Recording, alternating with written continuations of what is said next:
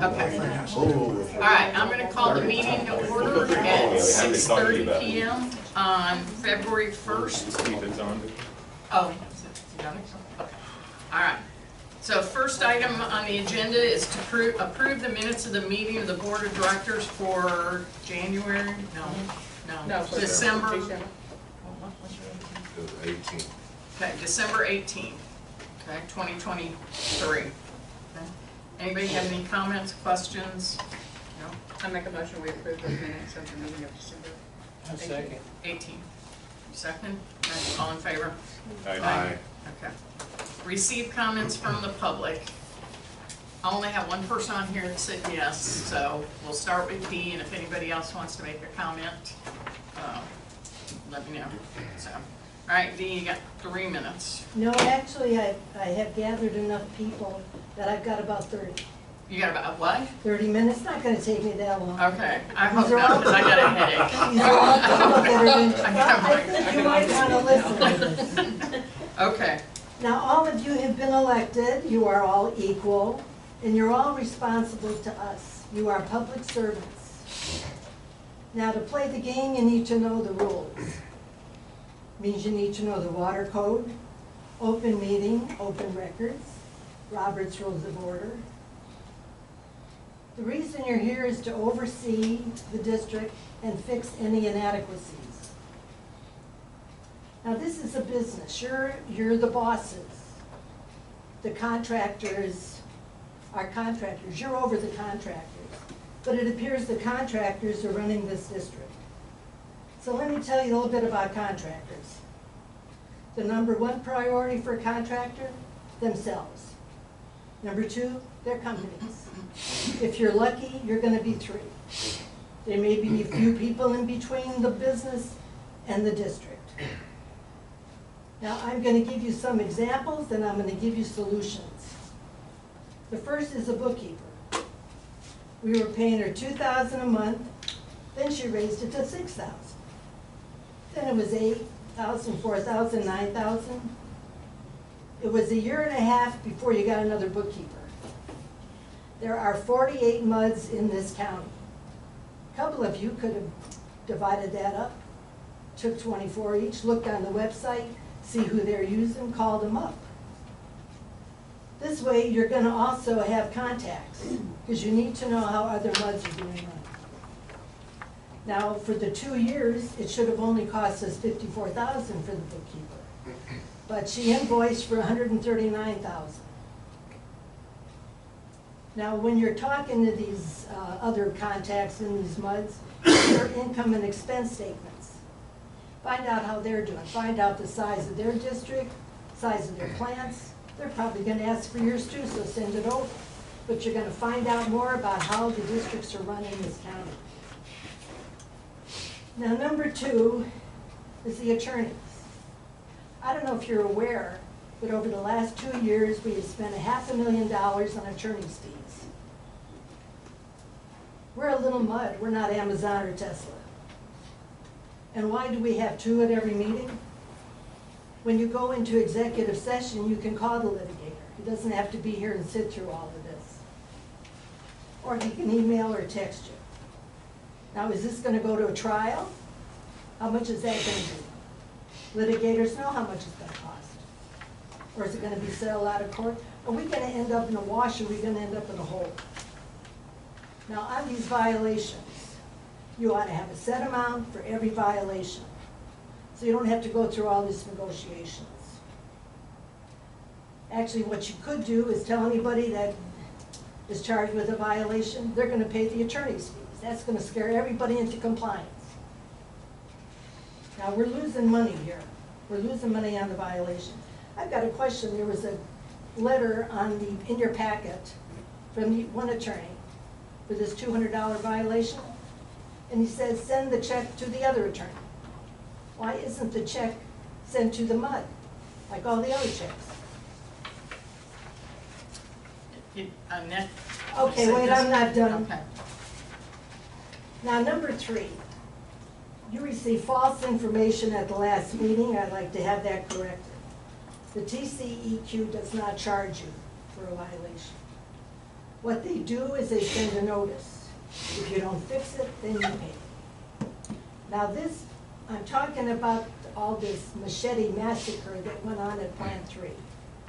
There had been 4 previous inspections in that plant. Not one involved the bushes. But here we are, going through, cutting them down. It was what, 6 inches, 2 feet, 3 feet, how about 5 feet? What the heck was the point there? That was landscaping. There was landscaping, there was a sprinkler system put in, it was supposed to hide the view because it's right across from the gazebo. Supposed to hide it from people coming in.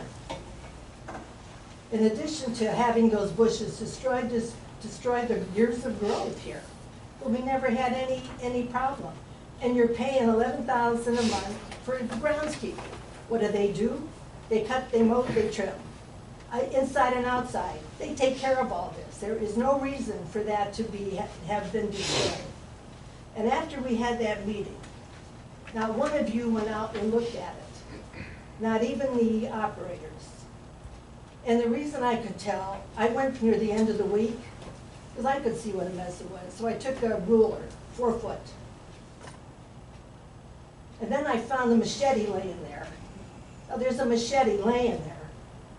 Kids could have been out there playing because now it's so open. What if they're running around and got a machete?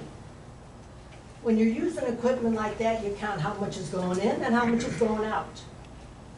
So a week later, I'm over there putting bird seed in the bird feeder, and I hear all this noise. Kids are yelling, screaming, laughing, really loud. I figure, okay, they're going into the park. But that noise never moved. It was always in one section. So I walked over there. And I see kids throwing things at each other, running around. The thing is, the fence is behind them. They're in the plant. Now, what the heck are they doing in the plant? I'm thinking, did they burrow under the fence? As I walked closer, I saw a truck. Then I saw a guy in there. So I figured, oh, it's bring your kids to work day. And it was just, I mean, how the heck, why would you have kids in there? They're running around, throwing things at each other. If any of them fell into any of that equipment, that's heavy metal. You don't have kids in there. Now, the subcontractors were the ones doing the machete deal, and I'm wondering if this guy was a subcontractor too. Now, we did all that, but what was the solution from Keith? Well, you can put up boards, or you can intertwine stuff in the cyclone fence. Well, that's going to look really great. It's going to look beautiful. No, he screwed up. He needs to replace those shrubs. And what about plan number 1? Have you seen that? It looks like tumbleweed times 100. It's certainly more than 10 feet wide. You could hide anything in there. Nobody would ever find it. But there is no 3-foot barrier there. I'll tell you, I just don't get where we're spending all this money and all this. Now you've got free resources. You don't have to keep calling the attorney for everything. You got the TCEQ, which are extremely helpful, the Freedom of Information Foundation, Attorney General, Secretary of State. Are you getting any of these free newsletters and magazines? They can come in either hard copy or online.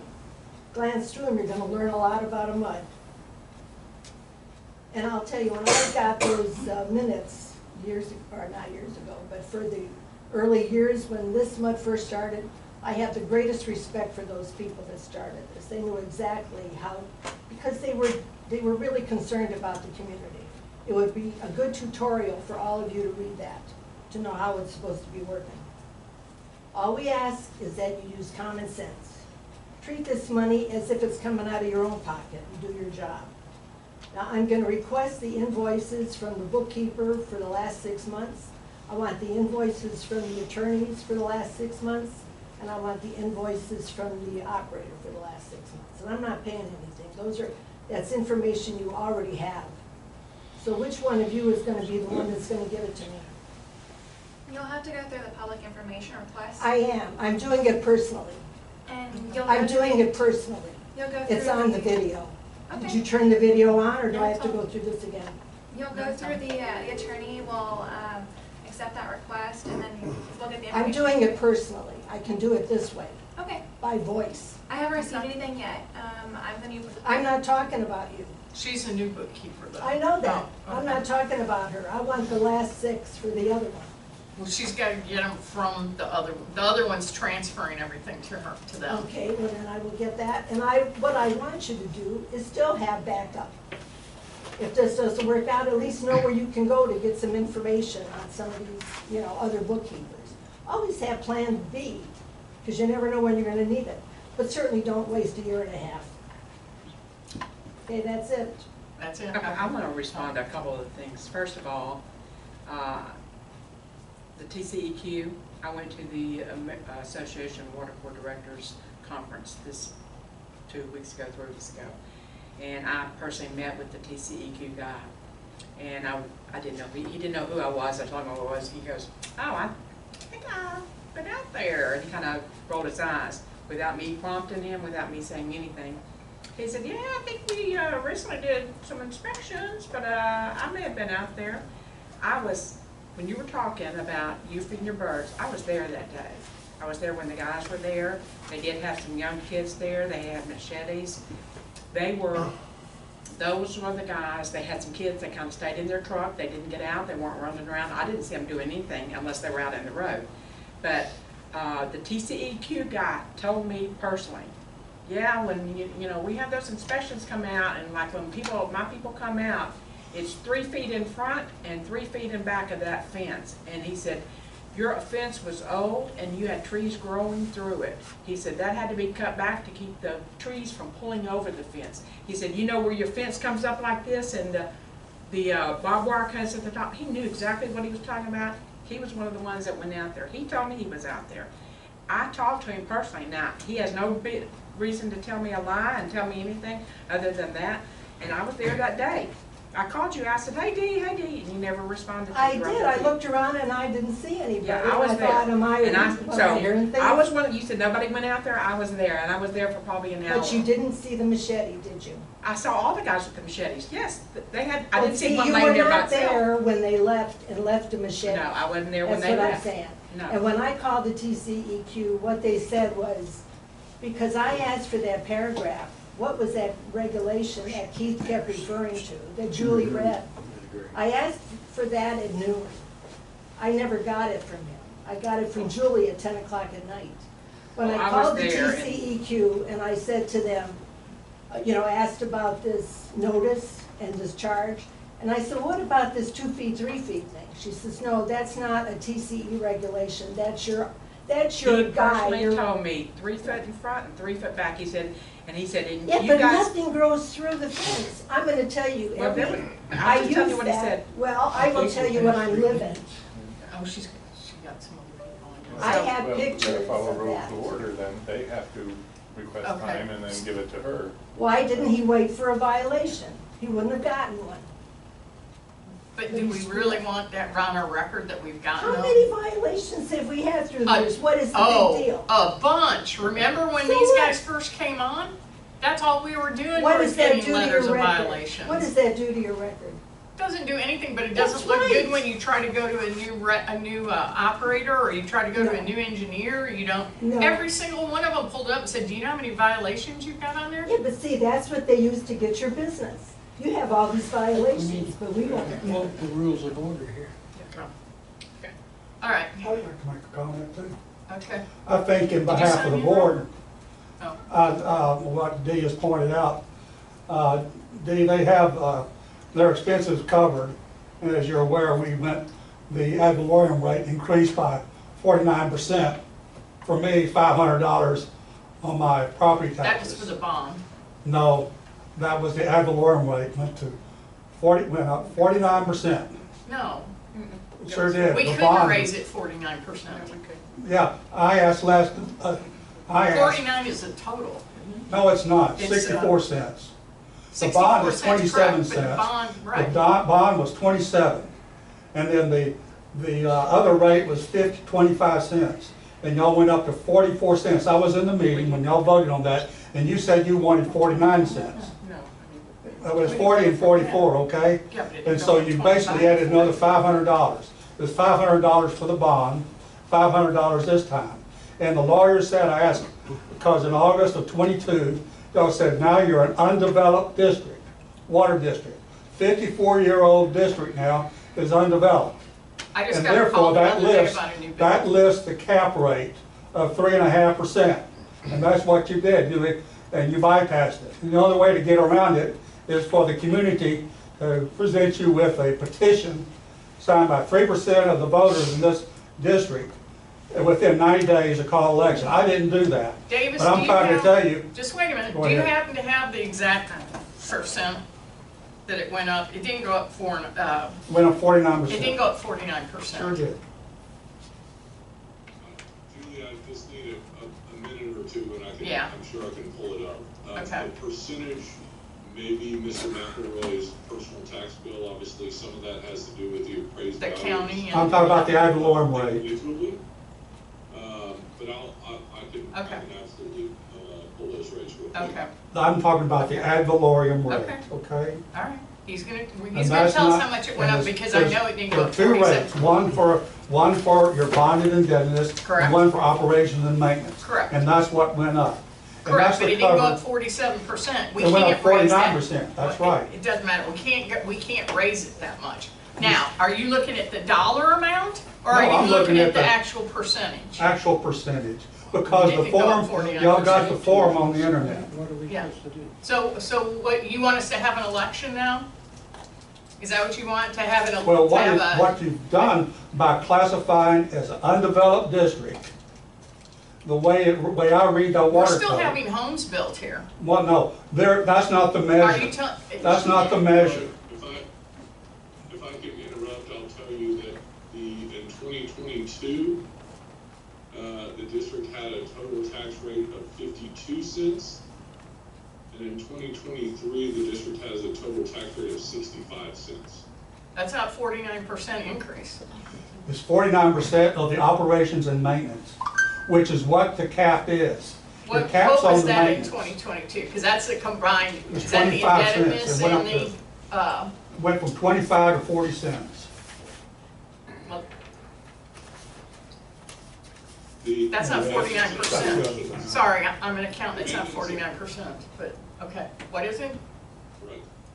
The maintenance and operations rate was 27 cents and was increased to 40 cents. That's So not it went up 3.5%. 13 cents. That's not 3.5%. That's 13 cents, that's what it was, I remember now. But let me, 297.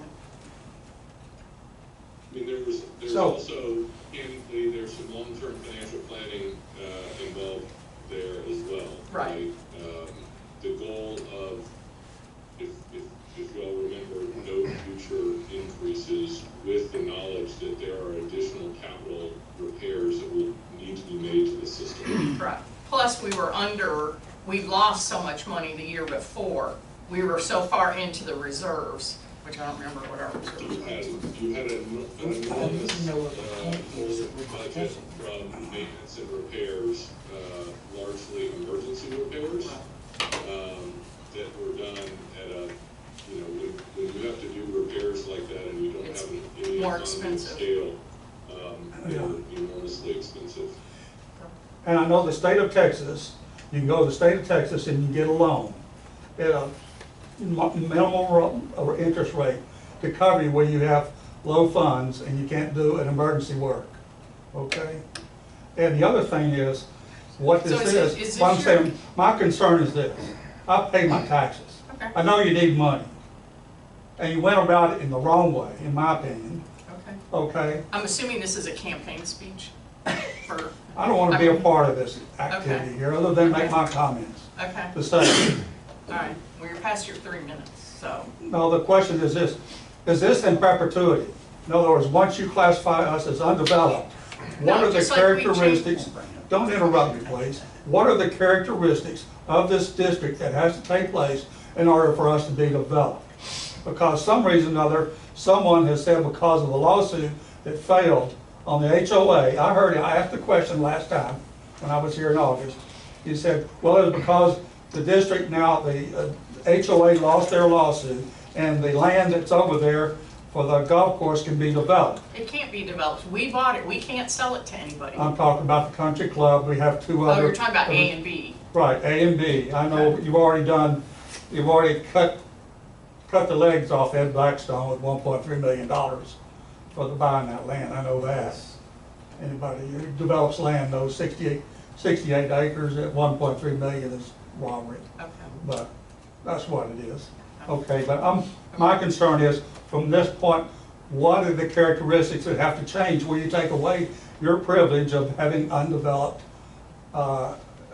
Actually, I think during September when we passed the tax rate, and I think it was explained on that video. It was. No, it wasn't explained. Yeah, it was. Mr. McElroy, I know that you're familiar with the statute, you've obviously cited it a few times, and so you should be familiar with that trigger, but we would have to cross the threshold as set by the legislature to be considered a developing district. And so that would require either the development of the undeveloped land in the district that the court determined was or is developable, right?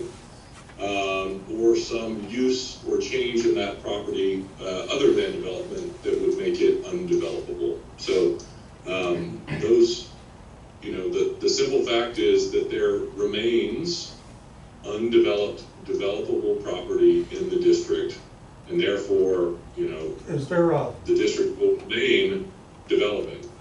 a developer on site for that property?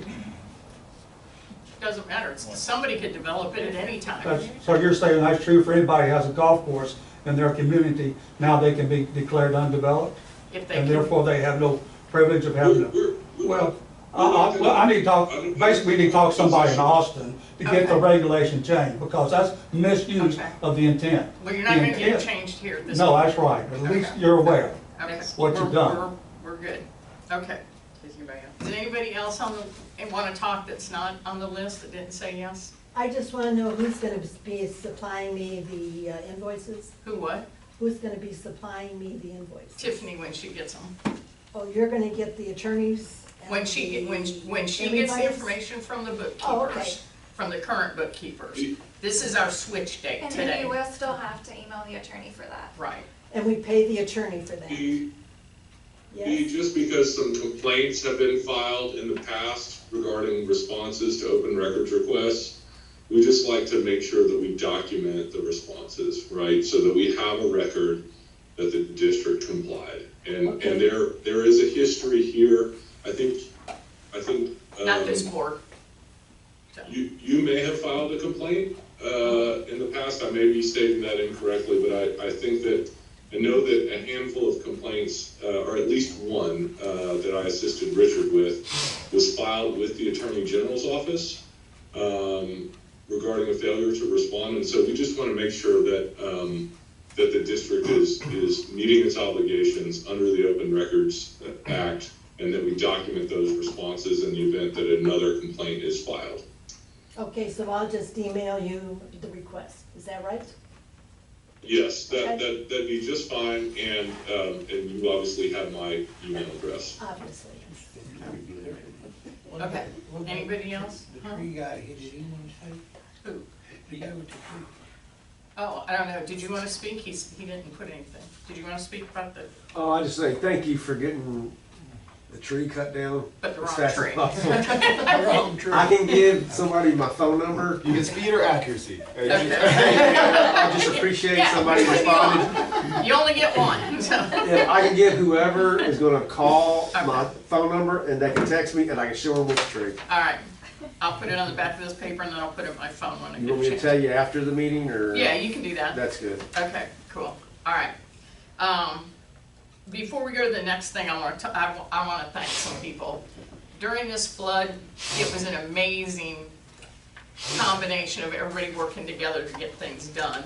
Carl and I got a text this morning from somebody with kudos to MOC for being right on the spot during the freeze so that they didn't have much water loss when we had a couple of lines break.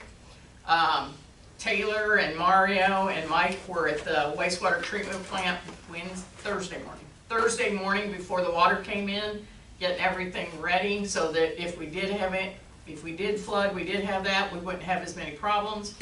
And I want to thank Caney Creek, Montgomery County ESD 9, because they did all the evacuations for us. They got Mario and his guys back down to the wastewater treatment plant Friday morning, I think it was, in the high water vehicle, so they could make sure everything was okay. It was just a tremendous effort of everybody working together. So, and actually I saw all the board members out that day doing something Thursday. So I think we all came together really well. So, okay, that's it. So, number 3, violation for the operation of the motor vehicle on Charleston Park. Go ahead, Paul. Okay, Julie, yeah, so if I could talk to that one briefly. So this is, y'all maybe remember Mr. McGarry Cope that came here, it was probably a couple months ago now. And he had driven across the park and had quite an attitude at the time and did some surface damage, and he came down and gave his explanation, and the board decided to have a little mercy on him for the situation where he explained he had a hurt worker and all that stuff, and y'all fined him $200. And if you recall, he was pretty rude to Julie at the time and some others, but then he came down and said all the right things. Well, we're here tonight because, despite many attempts by me, we've not received the $200. And so, and Julie, can I ask, was there a check there at the office? No, there was not. Okay. So the last I heard, board, so you know, was that it had been mailed last Thursday, which I kept telling him the meeting's coming up and they're going to take action. And he kept telling, always an excuse, always a reason, and then I was told it was mailed on Thursday. Davis has not seen it, I've not seen it, and Julie has not found it there at the office. He texted me again today when I told him we still haven't received the check with another series of excuses. I thought I mailed it, I don't know what's going on, can I bring the check tomorrow? So this would be the point in time when you authorize enforcement, which means filing a suit to collect a larger fee, and of course we always ask for attorney's fees, and we make the landowners pay it. We make whoever the offending party is pay it. That happens every time. There are criminal penalties, but I don't know that we've ever done that, and I'm not suggesting that. So that's why we're here. So on the agenda is for authorization for legal action to enforce. The other option is not. To not enforce, which I don't recommend because we need to protect the park. So that's why that's on the agenda. I'm sorry to report that. And I would probably say something like, if you authorize it, let me call it one more time.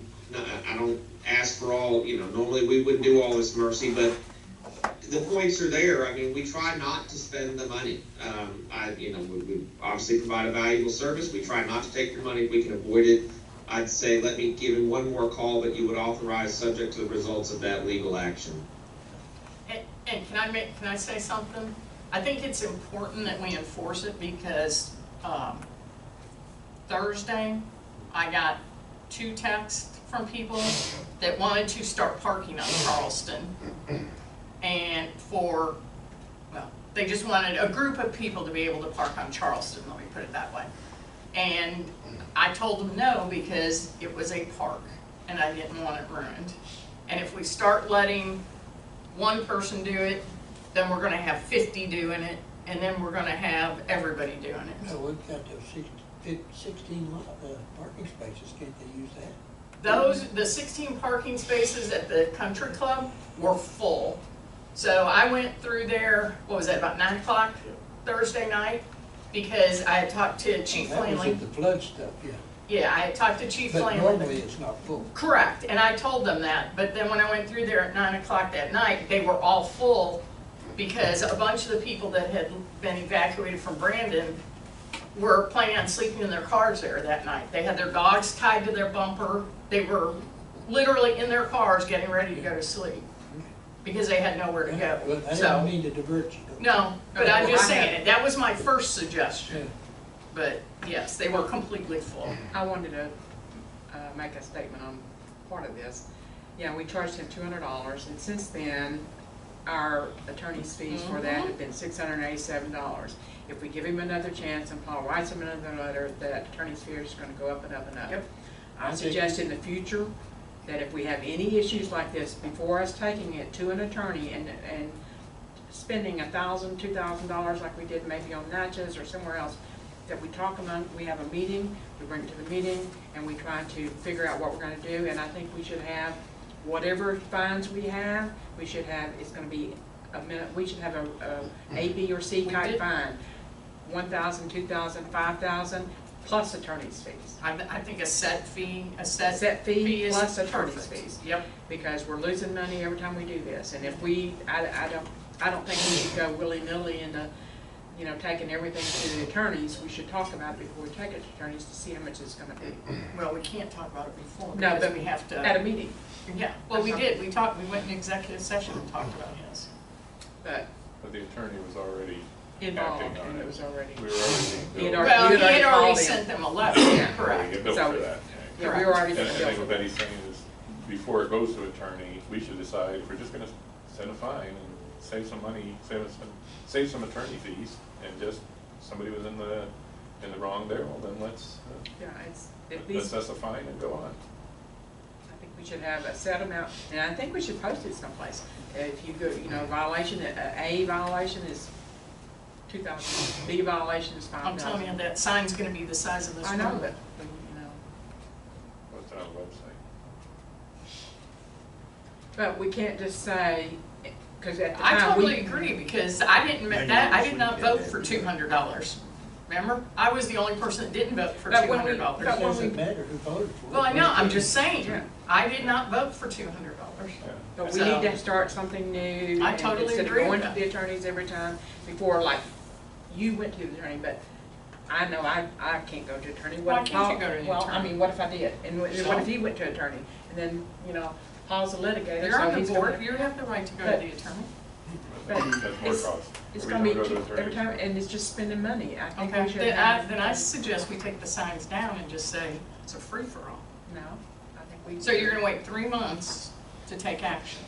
By the time you have a meeting, at the next meeting, Could be a week. could be a month. By the time you get it in a letter written, by the time they show up at the meeting following the letter being written. But we give them 30 days to pay anyway, don't we? I mean. Yeah, so now It's you're at 60 4 days, months. yeah. So now you're at 4 months. But we're, maybe it's 2 months before, I mean, still, I just, I know these chairs are. these attorneys, I totally agree, I mean, I agree we should have a set fee. I think that was brought up in executive session about we're setting precedents, for future. So I totally agree, we should have a set fee for everything. But how are you gonna get them to, how are we gonna get to enforce it for waiting 4 months? If they're renters, they're gone. If they're people That's the that. risk we take. I don't think it's gonna We be 4 just have months, to it could set be up a month, it could be 2 procedure. months. Yeah. We just set up do a procedure. And then we use that procedure. If they're renter or not, doesn't matter.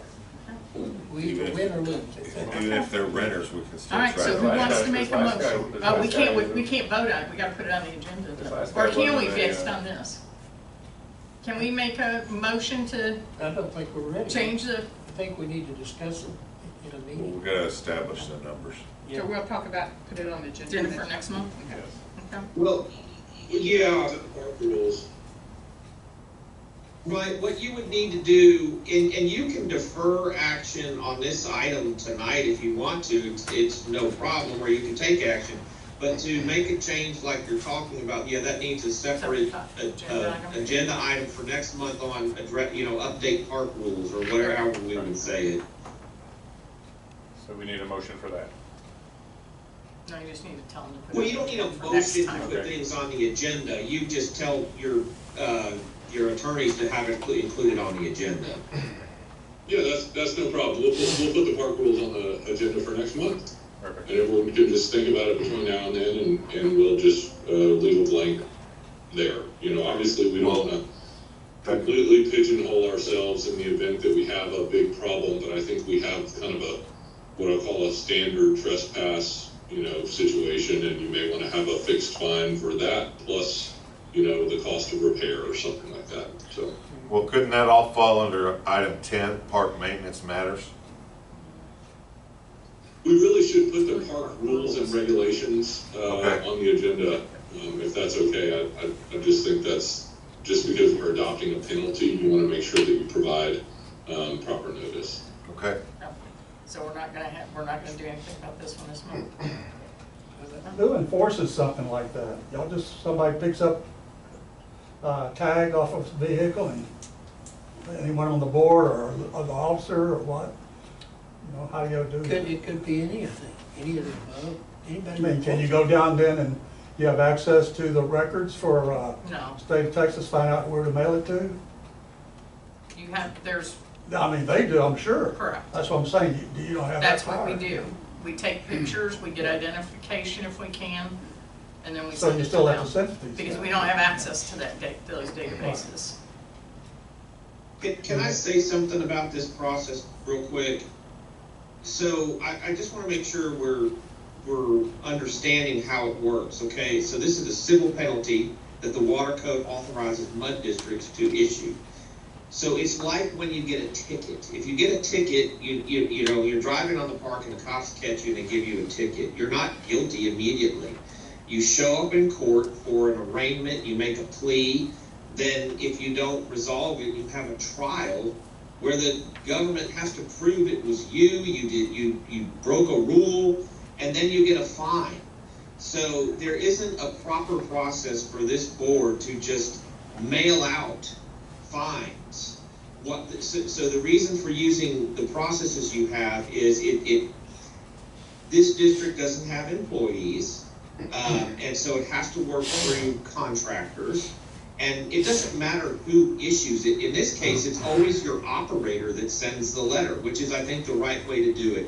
But it's just like the notice of a ticket. The operator sends a letter notifying the party that they're being charged with a civil violation of your rules, and then they come down and we have a hearing in front of the board. And so you can't shortcut any of those procedures. I just want to be clear about that. There's due process requirements, and you're doing it correctly. That's just how it has to be. And what I'm hearing is just some thought that the fines need to be higher. I will tell you, the fines have always covered the attorney's fees until this realistic results, because everyone heard Mr. McGarry Cook and felt real bad for him, and it's fine. And then the board decided it would be a $200 fine. All the others, I've calculated my fee, we put engineering time on it, and it's covered it.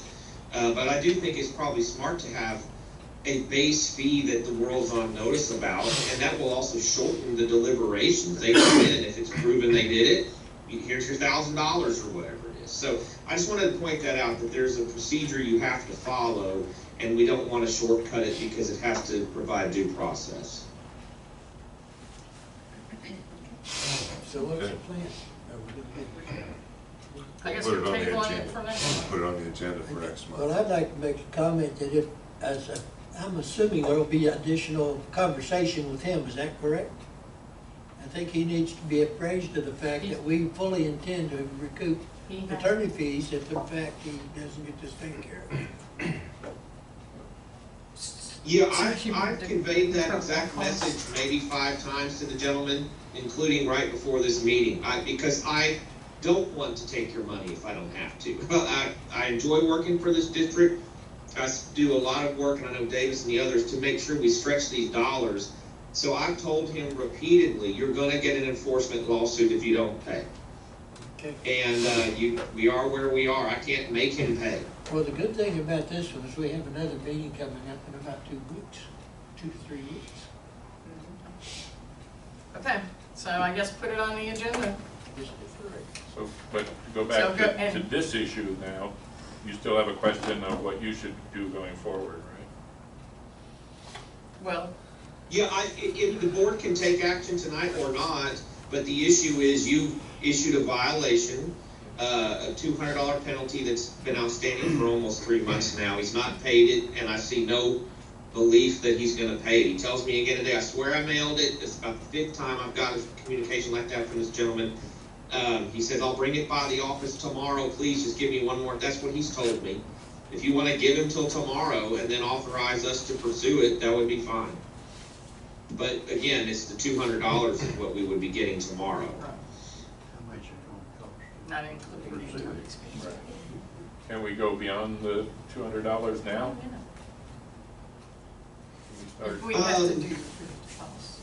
How about if you, Also, I tell think him what that you we would- have the it for our proper- next meeting, or we want attorney fees with it? How much do we cost to pursue it? That's the question.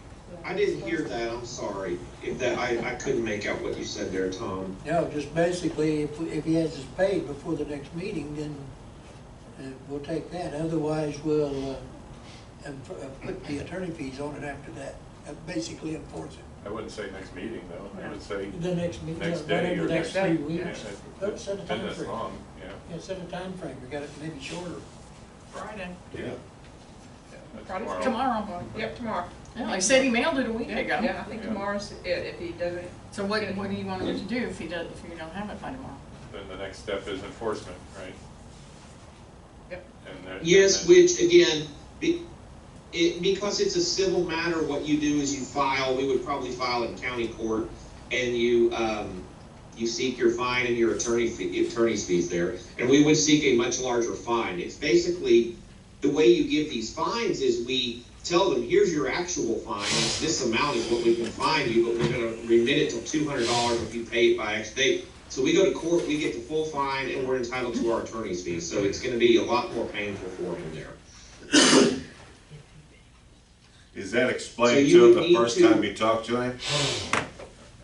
Oh, yes, and we explain it when he's there, and it's in all my letters. I mean, it just is what it is. He just didn't ever do anything. And, you know, this behavior is consistent with the behavior he demonstrated in the field. The only thing that's not consistent with it was the comments during the board meeting that convinced us all that he didn't mean to do it. And so if what I'm hearing is what you want to do, then what you would do is have a motion, a second, and a vote to give the gentleman until, you know, I would say close of business tomorrow or Monday, whatever you want to say, failing which you are authorizing legal enforcement.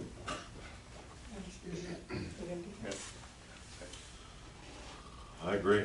I would make a motion that we move to enforcement if the plaintiff, I guess, is, or defendant, I guess, does not provide the fine by close of business on Monday. That's second. All in favor? Aye. Right. Now you don't have to put it on next. Okay. Thank you, board. I'm gonna go ahead, you'll see me, you may see me on my phone. I'm gonna go ahead and text him right now. I mean, I don't ever give anybody excuses, and I'll do it while I'm already on your clock. And then I'll call him in the morning, and we'll hope to have the check by Monday. Thank you. Okay, next item on the agenda is a fire station location. Okay. We've been talking, not last meeting, 2 meetings ago, I guess it was, we talked about the fire department wanting to put a station in the district.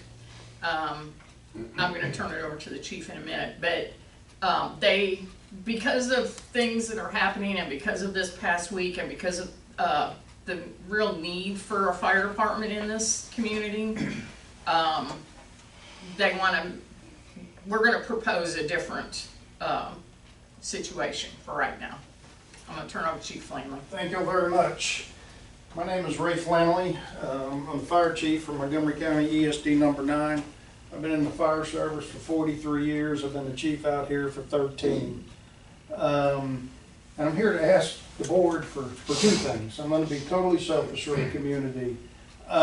We do have a station that's been here for years. Some of y'all may recall back when it was Center, there's River Plantation. There was several different names as the organization changed. At one point it was Montgomery County ESD 5, which consolidated with ESD 9, my agency.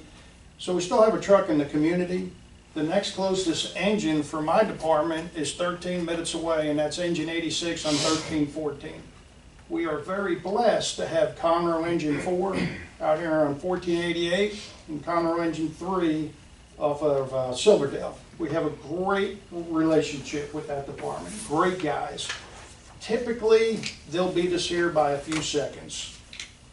As we evaluate our district, we realize the call volume over here It's a little over 90% medical calls. And we want to have a place in the community. We are the poorest fully paid fire department in Montgomery County. So with that being said, we talked about asking the board to give us some property in years down the road, 5 to 7 years, to build a station out here on the old golf course. Recently, we came over here and toured this facility. So we would like to ask the board 2 favors. We want to borrow your building.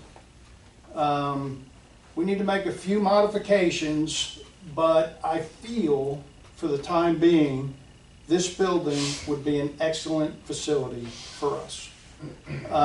We'd staff it with a tanker, 2 full-time firefighters. We'd have to make some modifications, which I have some copies of, and get the land for later down the road. And I'm not too greedy. I only want to borrow your building for about 10 years. But as you know, we're in the community a lot. We do an excellent job. I'm very proud of our firefighters. We have a very small turnover rate. You know, historically, the fire service argues with the management about uniforms. This uniform I'm wearing, I had 0 input in. The firefighters designed everything, including the badge. So that's the type of organization that's responding to you as our customer. So there are some modifications that we'd have to do to the building. The main thing is the concrete out here, getting trucks up in the building. But I think it'd be a good fit for the organization. I think it'd be a good fit for the community, and I think it'd be a good fit for this board. See, you were here during the recent flood. Yes, sir. So this was kind of landlocked. How would you handle that during flooding? We'd already be in here. We have several high water vehicles, which at Harvey, we had 0 water equipment.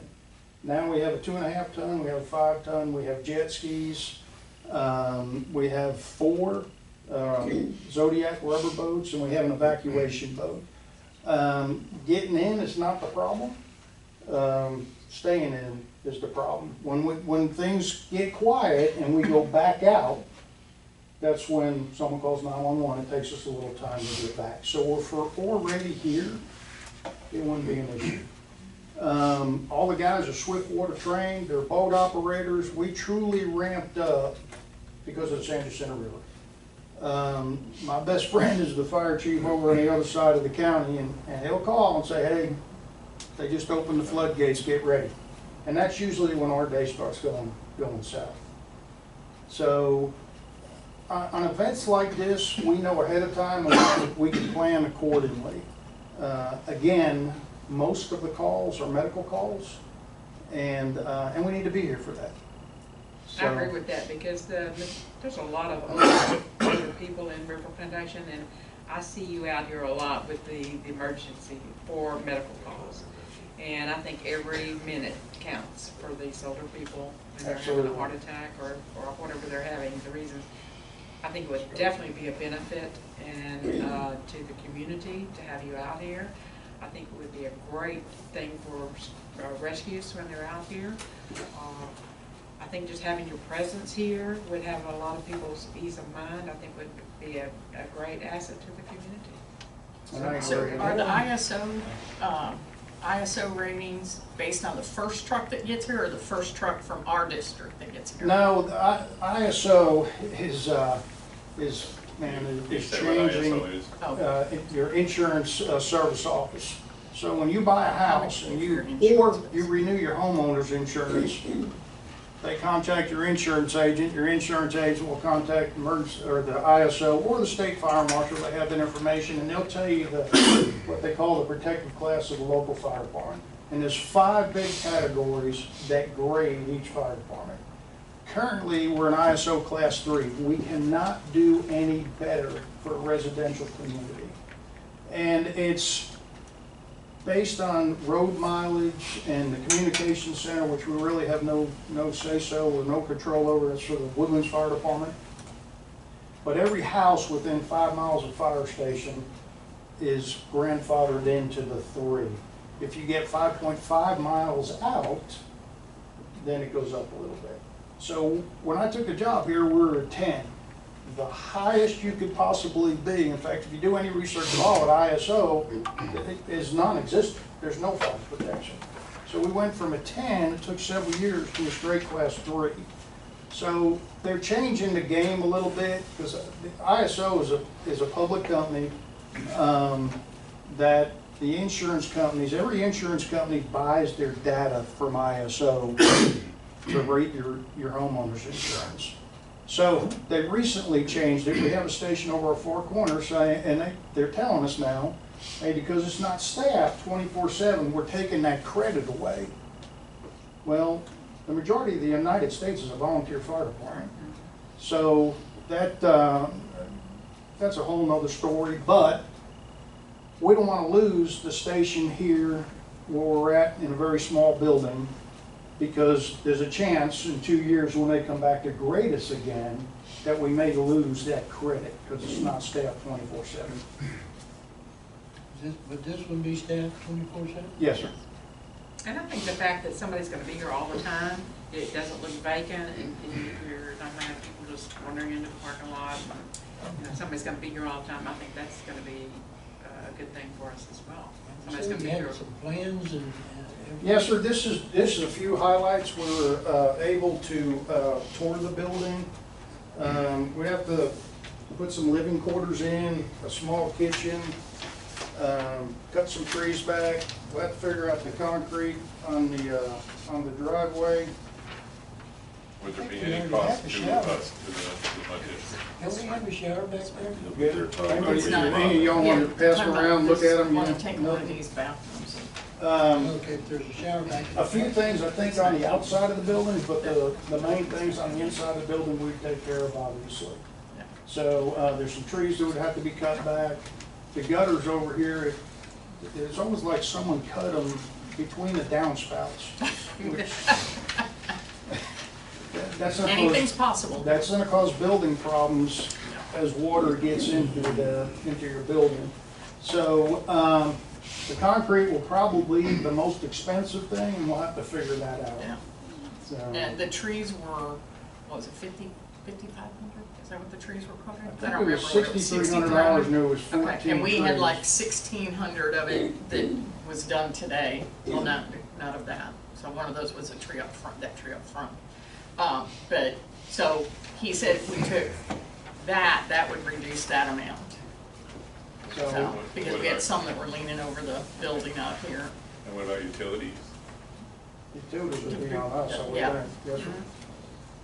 And we would still have access to this, so, If we have a restroom out here, so Right. if we could maybe even close off this whole section here, yeah. just where everything that door else, is. where that door is, everything else there The would way be it yours. was and this would designed be is that door could be changed, locked, and then this door and that door, different access. And so we wouldn't ever have to go back through that section. Y'all wouldn't even be able to come over here. We might want to go over there. Flamer are pretty good cooks. Yeah, yeah. If I start spilling it, I'll be over there. Except for this one. I'm fortunate through my career, I always had a good driver that could cook. I don't see why that would be separate. This is too much detail. We Are could there- use this for meetings. Are there any costs that we're gonna incur from some of this, or what's the story with that? What he just said, the trees, some of the trees, and apparently some Concrete gutters work, on the right? side. Concrete work with that, Concrete. yes, sir. We'll have to figure out, there are some cracks down here at the end of the driveway. Someone way smarter than me is gonna have to evaluate the concrete and stuff. As you know, these trucks are quite heavy. We definitely want to store one of our high water vehicles down here. The building is big enough where we can get several vehicles down here. We'll put a boat, either the 2.5 ton or the 5 ton, and a tanker with 2 guys on it. Probably eventually some kind of pickup truck or emergency response vehicle for medical calls. So why still plan on building another building? Seems like this is pretty good. It is pretty good for several reasons. The age of the building, you might have some needs later on down the road, 10 years from now. You know, the concrete, the slab in the building, there may be some things that come up and it's just not a good fit.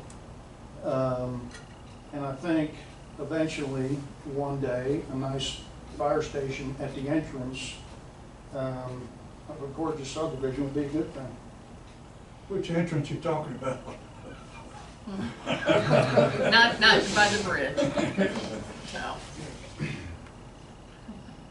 So where do we need to go from here? So we're gonna talk about it in executive session later, but I just wanted him to make his thing so he could, if you wanna stick around, you're more than welcome to stick around, or if you wanna Okay, I'll stick with leave. Can I leave? Does anybody have any questions for me? Yeah. Your vote. Yeah. Good stuff. All right. Nothing? I'd like to thank you for the proposal. This is what I've been wondering why we couldn't do it, and I've asked that several times, and everybody said you guys didn't want it. Well, shame on us. Well, I think it's not meant to be that. It's No, just that no, we should I have, think we we should have couldn't- looked sooner. We were invited sooner. Yes, sir. I think they just didn't know how deep the building was. Yes. Yeah, we didn't know It's enough about it. misleading. And we just recently paid $5,000 for some very intense software that shows our whole territory, the types of calls, where they're at, and it goes all the way back for about 15 years. So we realized the number of medical calls, and quite honest, they're increasing in this neighborhood. Yeah, it's an older So, neighborhood. we have 7 stations total today, and we're moving some crews around to adjust the call volume. So when, it's not to, the previous administration, they just didn't anticipate that all these organizations would come together. You know, the volunteers built one here, built one there. Well, we brought all that together, and now it's a different footprint. Yeah. Now, do you plan to keep the one down by the country club, or you got that, or are you gonna be coming up here? I know you got an issue there, but. Yes, sir. No, probably not. We have a very small building in there, and that's the other thing. The fire marshal is very strict on what the fire departments do. A sprinkler system in the building is $50,000. So if you remodel 50% or more, he's gonna be down here wanting that sprinkler system and so on and so forth. So that building over there is one way in, one way out. It's very small, and to be quite honest with you, I don't feel comfortable putting a firefighter in there if something was to happen. There's about a 4-foot gap between the storage facility and the living quarters, and it's just not a good thing. I like this plan. I do, I like it.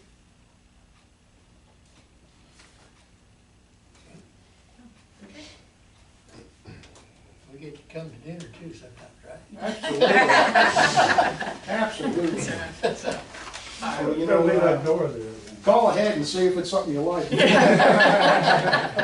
or go to their board meetings, they always have, you know. Yeah, that's true. How soon are you guys planning on doing it? If we can approve this, how soon you want to do it? We'd like to be in here by July 1st, which is a push, because like I said, we gotta do some You got quite a remodeling. bit of remodeling to do. Yes, sir. Yeah, that's probably aggressive. Pretty good. I'm not You're one to- determined. I'm not one to drag my feet. So anyway, Will we be able to vote on whatever proposal comes out of the executive? Will you be able to vote, or? Will we be able, in other words, whatever y'all propose out of the executive committee? No, No, Will be- we vote. Okay, We will but we won't have any say on this. well, yeah, you can, if you have people say, have their say tonight. It's kind of a lot at one time to digest, don't you think? So we Well, can- we've actually been talking about I understand them that, building but- another station for a while, so. Okay, I understand that. Yeah. I mean, it'd be nice that we can kind of like understand exactly what's gonna go on. Now's your chance. I mean, we What's- understand there's trees and there's the concrete, but you say something about we're gonna give them land or something? No, Okay, we will That's a probably different enter part. into a long-term lease with them or Okay. something like that. Let me take Yeah. a minute. Huh? Let me show them this. and, okay, so. This is what they're proposing to Okay, change the building to. understand. Okay, it's a full fire station if you look at it. And then they'll be paying us a lease. Well, that's what we gotta talk That's what about. we gotta decide. Okay. They're gonna pay the utilities for sure. Any money's appreciated. Yeah, so, That's all I wanted to ask. yeah, but they have facilities that have people here, our ISO gets protected. I understand that, I understand, I You understand. get protected if that tree falls on you? I understand completely. That's not what I'm just, Okay, there's just some more questions besides just all of it at one time. right, I understand. But I'm gonna take that home. No, you I'll go can't. grab some more. We'll have to make you a copy. Thank you. Will you include that in the minutes? Huh? Will y'all include that in the minutes of the When meeting? we vote on it? Or what or he's what? passed out there? The plan. Oh, the plan? Yeah.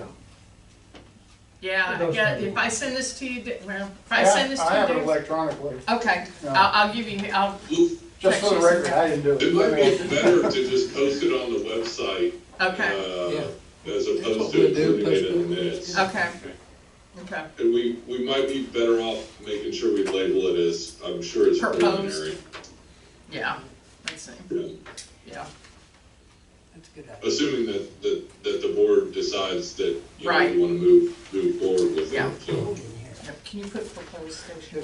Absolutely. I'll send it to you tomorrow. Okay. You want me I'm gonna say we need to use. to, there you go. or- It's whatever you wanna do, so, we can talk about it, executive session, we always do at the end, so we can talk about it and I can let you know tomorrow or whatever. Perfect. Okay. Thank you. Thank y'all very much. Thank you. Thank you. Thank you, very tell the much. guys thank Oh, you for what absolutely. they did. I will tell them, appreciate it. Yeah, yeah. So, And candidly, just so everybody's clear, I think at this point, we're talking, you know, thumbs up, thumbs down, right? And then next month, we would have or next Details. meeting, which is only in a couple of weeks, we would actually hopefully have a document for Right. y'all to be ready to consider, so. correct. Yeah, do we even, I think we're This gonna is talk the about, first do we time we've even gotten move a formal forward with it? proposal. Or are we shooting it down before, yeah, yep, okay. All right, number 5, financial and bookkeeping matters, bookkeeper's report. Okay, I had a chance this time to go over the bookkeeper's report in detail, because I was signing the checks. We were, you know, We have plenty of time to send. plenty of time to sign them this time. And so I kind of went, after I went to the meeting too, with the water board directors and talked to some of them about how their bookkeepers work and how their reports go and what they question about. And so I did a spreadsheet, and it was just a spreadsheet of our 4 largest contractors. It had the engineer's report, it had Paul's charges, it had Smith Murdoch's charges, and it had MOC's charges. And I put in here from January through December, because I had the December bookkeeping report then, and I also looked at all the invoices at that time. And going back through all the bookkeepers' reports and looking at what our budget is for 2023 and what our budget is now, we're way over on our budgets for just typically for the engineers. I guess I didn't realize that we had a general operating fund checks go out, the capital improvements checks, the sewer treatment plant, and the joint drainage fund checks go out. And just, I wanted to see, to my knowledge, what we've paid for the last year. And for including this December's bills for Taylor's group, we have paid a grand total of $615,325. To me, that seemed quite a bit, but in looking against the budget, I think we were way off on our budget. We had to be off on our budget. Off on our budget and everything. Because on the, just for an example, our, on the general operating fund, our 2023 budget was $62,000. As of the end of September, we were at $80,000. So we were $18,000 over on our budget there. On the CPF, the Capital Improvements Fund, we didn't have a budget for that. So just real quick on the CPF, the budget is what we put in the bond funds for engineering. Okay. That's related to those fees. Okay, so that was $218,000 just for that through September. That was January through September. For the sewer treatment plant, our budget was $10,000, and we got $33,000. So that was $23,000 over our budget just for that. Then we had no budget at all for the joint drainage fund, but there were some months it wasn't a whole lot, but, the joint drainage fund, year-to-date, as of September, was $10,000. Already though, from October, November, December, and January, we've got $23,000 in the joint drainage fund, charges for the engineers. And, Can I make a comment? I can tell you, the budget was not even close to being realistic. Look what they had for the bookkeeping fees for the budget. Look Yeah, what I they didn't- actually were. yeah, the bookkeeping. And they did the budget. Yeah, it was a lot. So, we didn't have And a, one of those things on, we got a lot of questions from the auditor as far as where those things categorically sit. okay. I think a lot of them were miscategorized, a lot more should have been CPF versus. Yeah, it took me a while to figure out which was one. Yeah. MOC, I couldn't figure out MOC's budget, so I didn't even go through theirs. Because there's so many, Well, we so many also had so different many categories. emergencies, Yeah, too, and there's a lot of for both of emergencies. them. But given MOC, for example, from January through the end of September, 480,000. For the general operating fund, for the sewer treatment plant, it's $167,000. And the total, of those two, just January through September, 648,000. But you need to go deeper and look at their invoices. I'm not telling you, but you need to actually get the invoices So- from Keith that I get every month. Is And this look only at how much gets engineering? Are we repairs. specifically speaking of engineering? No, this is, now we're talking about MOC. Yeah, But that's an I'm sorry. operator. this is one thing I did want to bring up in the meeting, that when we're given the bookkeeper's report, they bring it to us the day of the meeting. We have all these checks, we look over this, just this during our meeting, and then we sign the checks during our meeting, and then we give them to them, we never see the invoices.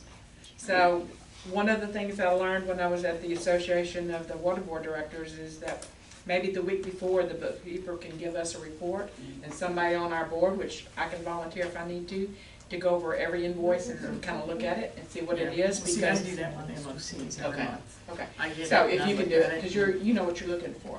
But we have no way of, the rest of us board members have no way of looking at the Paul's bill or your bill or anybody's bill until we're there, and we can't look at it during the meeting and make a snap judgment not to sign it. So what I'm thinking, what I'm wanting to do is try to get a little bit more detail because after talking to 4 different MUDs at that association meeting, you know, we need to start looking at attorney's cost, where we can cut, where we can cut things. That's why I asked about this other thing a while ago.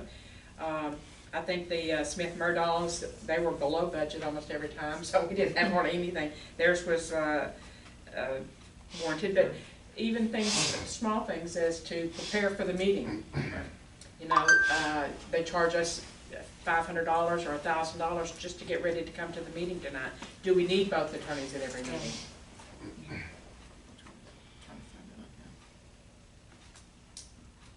Well, we'll talk about it afterwards, because. That's just some things that, Yeah. do we need attorneys at every meeting? I know we need, at least one, but if one's a litigator, do we need him at every No. meeting? Well, right now, he's got, I don't know, Yeah. so, anyway. Something I wanted to We bring got up. stuff we need to talk about. Is there a receivable there for Tackus? I looked That's at a it. lot, that's a, Has that been solved, or you don't know where it's standing as far as that? That's one thing I, Well, a lot of We Paul's talked about- was for Tackus, Yeah. and a majority of his was Tackus. Because we could look through his invoice and you can see Tackus. I mean, for that amount of money, it seems like there should be an accounts receivable on your books there to reflect that you're collecting against that. And, we're not collecting it, it's probably gonna end up going to court. well, it's still, It's not a receivable till you get a judgment. okay. That's So the majority accounting. of his was for But it's not, Tackus, and You can't just guess at how much they're gonna award you in a judgment. well, you know how much they billed you, right? Well, Or you billed them, I guess. We know how much we So billed them. that's what's been Correct. Well, billed and not collected. yes, kind of, sort of, we So didn't bill them. uncollected debt, We haven't technically billed them, we gave them an amount of damages. anyway, that's one. It's not a receivable yet till you get a To be able judgment. to get a handle on the number, I We think know is what the really- number is. It's not in your document, I don't think. Accounting wise, it would never be on here until you have something, But you spend money.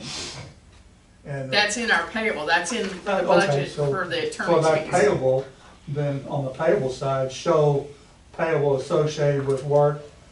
It's been paid, Is this the contractor damages? Yes. Yes. There was roughly $26,000 of contractor damages that have been recorded and are being pursued, to my knowledge. No, it's There- 200 and something, isn't it? Yeah, it's gotta be more than It's 200 and 26,000. something. Okay, this is what I got from the bookkeep, then this was over 90 days. I was gonna say this That had to from, be something else. yes, this is from your operator. This was what they had reported. No. But as far as what we're going through now, the bookkeeper's report, that's all, that's the only question I have. So if we wanna, Okay. if anybody else has any questions on the bookkeeper's report. Okay. And going forward, so I haven't received any of the books yet for any, I haven't seen anything at all yet, so, we'll be cutting it pretty short between now and the next meeting, and I will be preparing for that. Good. But I can scan all of the invoices to you guys, y'all can receive it via email if you prefer. Oh, that'd be perfect. And I can do that a week in advance, I can do that on the Monday before the meeting, whichever you'd like, Oh, and I that'd can be also great. have the bookkeeping report prepared with it, so you see the scans of all the invoices, the bookkeeping report, and you get that ahead of time, and then we can work out something, if you still want the checks ahead of time, so that you're not here in the meeting, we can, if you're not doing it, then we can do that. As long as we have I think the invoices ahead of time, and Yeah. you can bring the checks that night, we can sign them that night and go away, as long as we know what the invoices, but we never see the invoices until that night, and Yeah, that's just we- something. Just keep, can you put them all, have Diana Yes. put them all in the Throw it out things here. and get your, Report and invoice. yep, there you go. I also plan on going over the bookkeeping report, and y'all, if you don't want me to in the future, we can kind of cut it. I like showing you guys what's going on, so in my bookkeeping report, I will go over it with you, and it may take a little extra time in the beginning, so you can understand what's going on, but I want y'all to see it I and like understand that. it. Thank you. Yeah, the physical signing of the checks isn't the issue. I think the issue is reviewing the invoices that are attached to each check. I can scan all those to you ahead of time. Great. Okay. Debbie, how much did you say we were over on budget? Oh, what? How Which much one? did you say the budget was over? That was last year's budget. That was the last year's budget, we haven't got to this year's yet. No, but last year's budget, how much were we over? Oh, at the end, total at the Yeah, end, like it was like December 130 something, 140 something. All right, now, if I recall properly, and I'm not up to par tonight, but like, wasn't it last year, the year before, we were over budget by a significant sum of money? So Last year. what's going on, who's keeping the books here? I mean, you know, like, let's simplify it with your house. I know I have my fixed expenditures, and you have your variable, and then you got your bite in the butt issues that you have to put a slush fund. We had a ton of bite you in the butts. Yeah, so that's, emergencies. I guess what We I'm did. asking is how are we getting that much over budget? I mean, you know that you're always gonna have things come up, but like, that's kind of a way lot of money. Well, Where's it honestly, coming from? I can tell, well, I might as well put it out there. I'll tell you, the bookkeeper did the budget. Yeah, They budgeted themselves at $2,500 a month, and they charge us $9,000 a month. what the hell is she doing? That's why I did this year's budget, That's why we have a new accountant. and that's why we have a new accounting No, firm. but it was just, I was wondering, because it's 2 years in a row, or at least 2 years that I recall, that, you know, we Well, plus blew the up fact by that- a way lot of money, not You- like, you know, You did have a surplus the year $50,000 or before of Right. 240,000. Yeah, This I was year, the gonna say that. deficit for the audit year, not the calendar year, the audit year is through September 30th, Well, maybe the was year before. was but- 84,000. Yeah. You were correct. In 2022, they did have a surplus of 242,000. I audit over 100 water districts a year. The biggest determinant of your expenses and your revenue is whether it's a wet or dry year. I mean, if you Right. can predict the weather, you can predict what your revenues are going to. And I think that your other bookkeeper probably set a budget at the beginning of the year, then they changed their rates, and they're not thinking of going back and readjusting or Right. reassessing your budget. They just stick with what they put in at the beginning of the year. There was a special revenue fund budget for 2023. I don't know if I heard that there wasn't one. There was one. And I think that was the first year that you had done a budget for the special revenue fund. Correct. Typically, they stick their finger in the air and kind of Guess. guess, and then they use, because typically they use the prior year's totals Right. for the next year's budget. put But if plus you and had a lot of minus. rain that year and the next year's a dry year, you're gonna have more revenues and more expenses because it's a dry year than it being a wet year. So Well, that's it, why you would kind of, in your head, calculate how much should I put away in case of an emergency type thing. That's a variable that there's nothing you can do about that. And could be whatever. Correct, it's just a little different than a household budget, and it's the same, you have your mortgage and your utility may vary a little bit due to the season, but it's not a big swing. Where here, you can have very large swings in expenses. Well, one of the depending on when a things, just capital like project's Taylor timed or can tell whatever. you, on my street alone, there was a large pipe that completely crushed, and it was, what, $270,000. So you can't say, well, we may have a bust, and it could be 100,000. I was shocked it was 273,000. There was two others that were just as big. We're working that you can't count on, so I can understand. I know, and I did look through a lot of Taylor stuff, and there's stuff that was just beyond our control. But Things that isn't You know, a failed. lot of that that, because I of really do the- believe a lot of that's not been billed from capital fund, but it Okay. should be. Okay. So, Okay. I Yeah. already talked to Tiffany, and we are gonna go through in detail, Good. because normally we get to look at the bookkeeper's report too, which helps us, because it's not always perfect, you know, they may not understand our bills or something like that. And so when I was looking at it, I was like, these are all wrong. I keep a spreadsheet in my office, and so, But if we're so wrong, we need to take account for that on the next budget but and figure it out. I don't think we're wrong on just general No, yeah. engineering. I think we're wrong that things Where were it's not at. split out to the appropriate accounts where it was budgeted. So, for instance, I don't know what the exact number is, but you guys said a $6 million bond. Normally 15% of the construction fees is what we budget for engineering. So we're talking, you know, $500,000, $600,000 in just CPF projects that we're doing for you guys. And I don't believe it was being appropriately billed out of that. As of September 30th, we had $186,000 due from construction fund to the general fund. Right. And Okay, so I don't think that's the right number. Okay. Thank you. Okay. So, Anything else? No, we're just gonna approve them all at once. Tax assessor collector report, any questions? We're gonna do them all at once. so I think Carl, did you have a question on that? Oh, did you have a question on which one? And the tax assessor collector, I'm looking at page 1 of the tax collection system. This is the one that's in the courier Is that the one fund. that goes this way? Yeah, it's right after, right after. I just don't look at it, you know. It's got 2023, 2020, 2022, and 2021. And it's got, for 2021, levy paid $79. 2022 levy paid 1,000. So those are people that are behind on their property taxes when they pay them. That's what's behind? That's what they pay. Yeah. That's right, Carl, those taxes don't go away, and so when those amounts are collected, they show up on the report. Right. So you'll always see some older taxes like that continue to kind of trickle in. Yeah. So what does levy paid mean?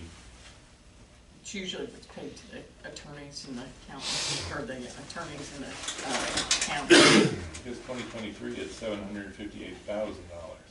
Correct, that's what. No, levy paid is how much you have collected, Here on this. Okay. So or has been collected by the tax office. Okay, should 2022 be more? Should it should all be collected? The way Montgomery County. Not everybody pays their taxes. The way they're reflected in these reports, they don't show the entire levy for the prior year. They show like the remaining collectible amount, and so it's a little bit confusing. Sure is. So it's very easy to look at the page of the report and see 758,000 for the 2023 levy and 2766 for the 2022 levy, and wonder why the disparity. Yes. But that is just how Montgomery County does the reports, and know that is not the entire 2022 levy. Seems pretty useless.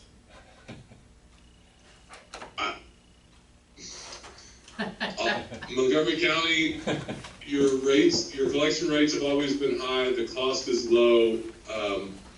I think the way that report is done is a little bit confusing, but our experience otherwise with the tax office has been very good, so.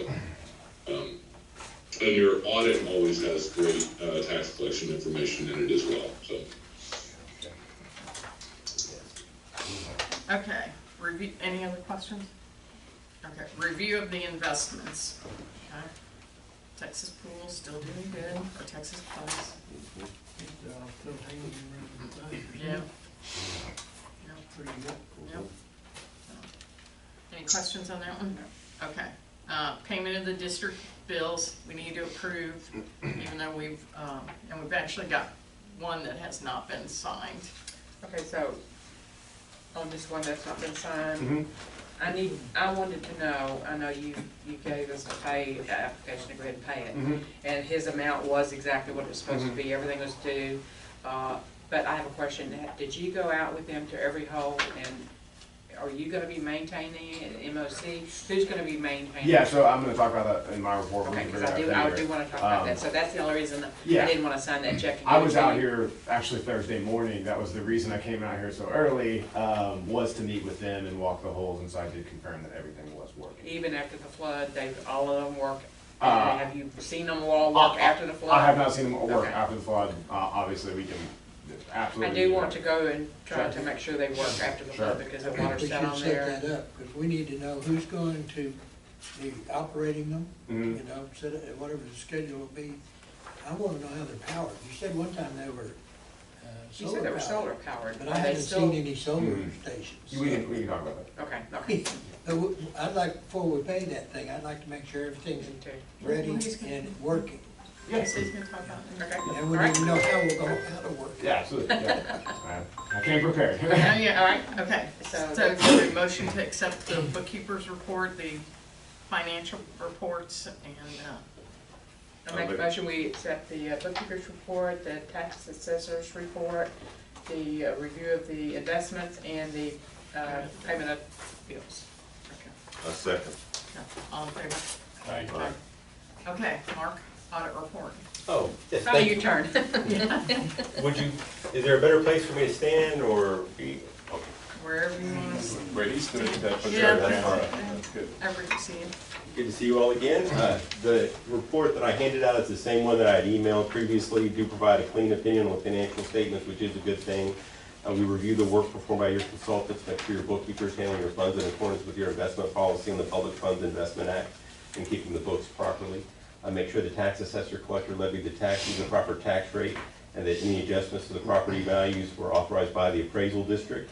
I do agree that the reports are a little confusing, but you are saving $20,000 to $30,000 in tax assessor fees and another consultant. And their reports are a lot better than they used to be. I used to give this speech and say that I can get within a couple of $1,000s of their numbers, but you're saving it in their fees, so there you have it. And then finally, make sure your operator's billing the proper rates to your customers, and if the cap was set, and the proper fee was collected in advance of that. Always have some minor adjustments in each of those areas. I mentioned earlier that we did have, as your engineer was saying, there were expenses that were paid out of the wrong funds. They should have been out of your capital project funds. That's what you sold bonds for, to fund those projects. So that if it hasn't been moved yet, it will be moved in your general fund and make those funds available to you as well. There was one item that the billings to the East Plantation, they had not, part of how the bill is calculated is to update the connections of the districts. There's over 1,500 connections. It's not a large amount, but that had not been updated at all throughout the year. So for the new bookkeeper, we probably have already sent an email to Tracy, yes, we know if I get more. But also just to let the board know that that's something for you to monitor, check, and just make sure that that's being kept up with as well. I think, it's 1,500 connections, whether it was 1556 or 1558, I don't think would have had a large amount, but that's how it drifts off and gets further away from where it should be. And with that, I'd be happy to take any questions or comments on the audit report. So are we billing for the 1,558? That's the total connections, and then the cost for the joint facilities is split based on the ratio of those. Okay. So, Okay. yeah. So that's both districts. The total of both is 1,500, correct. here. We have 977. Yeah, almost 47,000. All right, well, as of this, it was 936 and 6, but this could just be sewer connections. 'Cause it was the sewer. Okay, yeah, I saw something on there for revenue from drainage, right. right? What is that? Well, you have joint facility, your joint facility shared with them are for wastewater and for drainage. So it was probably collections from them for their share of your cost of running those joint About the east facilities. ditch, I think, probably. But there's no revenue from a ditch. It would only be billing the other party their shared cost of it. Okay. So, It's not really revenue, it's just an expense. correct. Just offsetting expenses, but he's calling it revenue. Okay. Well, it's a Because joint you fund, can't so net it's it. coming into that fund as revenue, so the, Okay. We're good? Have a motion to accept the audit report? Yeah, I'll make a motion to accept the report. Do I have a second? A second. Okay. I apologize, I didn't know there'd be so many people. I didn't bring that many copies. If anyone would like a copy of the audit report, I'm happy to give you my business card and I can email you a PDF. Thank you. Well, I can give them one of mine, I've got mine digitally if I was somebody gonna wants say, it. yeah, if somebody Yeah, I do wants too. one. I do too. Okay. Does he And make? we post them all on the website as well, so, when they're finalized. You guys hear that? It's on the website, we have some up here that we can share if you want.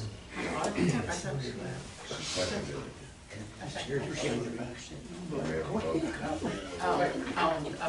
All in favor to accept the audit report? Aye. Okay. All Thank you right, for your number. time and attention. No, This is the letter you sign for me every year. One copy is for me, one copy is for you. Okay. And I guess we'll see you next year. Yes, sir. Thank you so much. My Doing a pleasure. hard job. From Stafford. Make it look easy. Thank you, but I mean, y'all serve the community. I'm just here to help.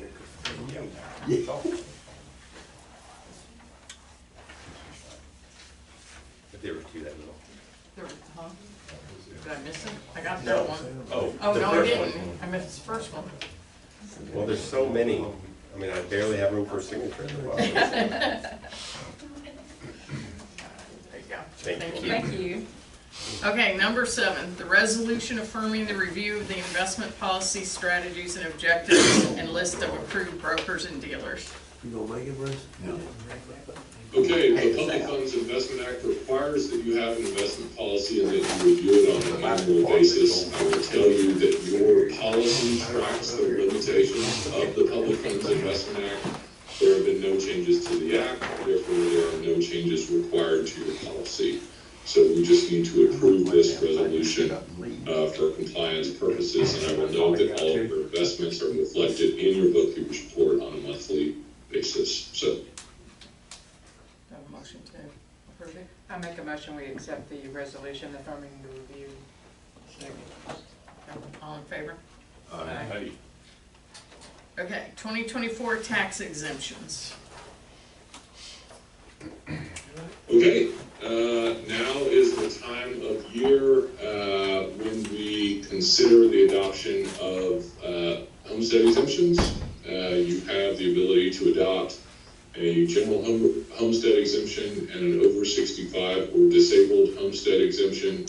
In the past, the district has adopted, or last year you adopted an exemption of $25,000 for those who are over 65 or disabled. And so I've prepared an order for you to consider the adoption of the same exemption. Should you wish to adjust any exemptions or make any changes, I would recommend that we get an analysis from your financial advisor. what if the home is owned by, or the property is owned by two people, one is over 65 and the other isn't? I will tell you, Carl, that the appraisal district is tasked with making a determination as to whether or not the property qualifies for an over 65 or disabled exemption. So if it is a homestead and it is owned by a person who is over 65 or disabled, my understanding is that it qualifies. If you have, two spouses, one of them is 66 and one of them is 63. My understanding is that it applies, but we would need to, confirm that with the appraisal district. Is that effective January 1st of each year? In other words, if you're, if if you're 65 by January 1st, how does that work? That's right. So the taxable value of your property is determined on January 1st. So when you get your preliminary values later this year, they are values for January 1, 2024. And the reason that we adopt these exemptions early in the year is so that they can be properly reflected on your preliminary and certified values when they come from the appraisal district. Okay. And so then we will levy a tax for 2024 on the January 1, 2024 value. Okay. Makes Leave it at sense. 25, Pardon me? move it, what do you want to do? I'm good with 25. 25 is good.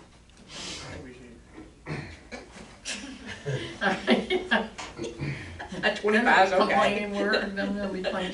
25 is okay. All right, so do I have a motion to keep it at 25 I move that we keep the exemption? exemption at 25 this year. I second it. All in favor? Aye. Aye. Okay. Order for the election of directors.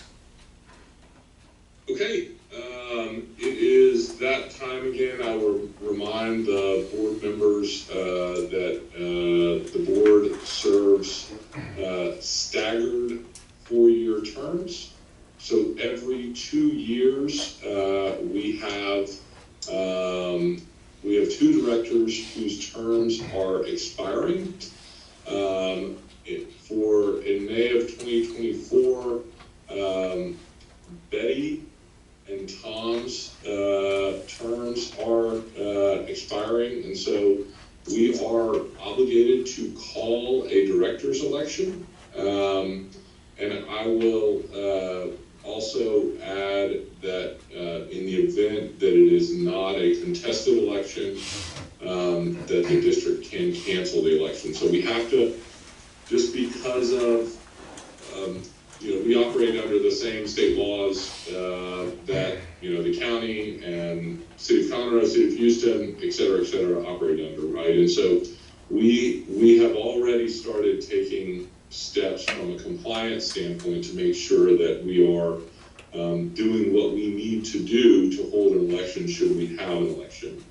In the event that we do not have a contested election, we can cancel the election after the filing deadline if it is uncontested, and we will not need to go through the process or the expense of having that election. So, but you are obligated to call an election, and you call an election by the adoption of the order calling the election that is in your packet. Somebody make a motion. That we call the election. All right, do I have a second? A second. Okay, all in favor? Aye. Aye. Okay. All right, do you have anything that goes under park maintenance? Do you want to do your engineer's report first and then park maintenance, or do you have anything under that? I was gonna put the water level thingy, says park maintenance. Yeah, it all You wanna kind of do- blends together. Yeah. Yeah.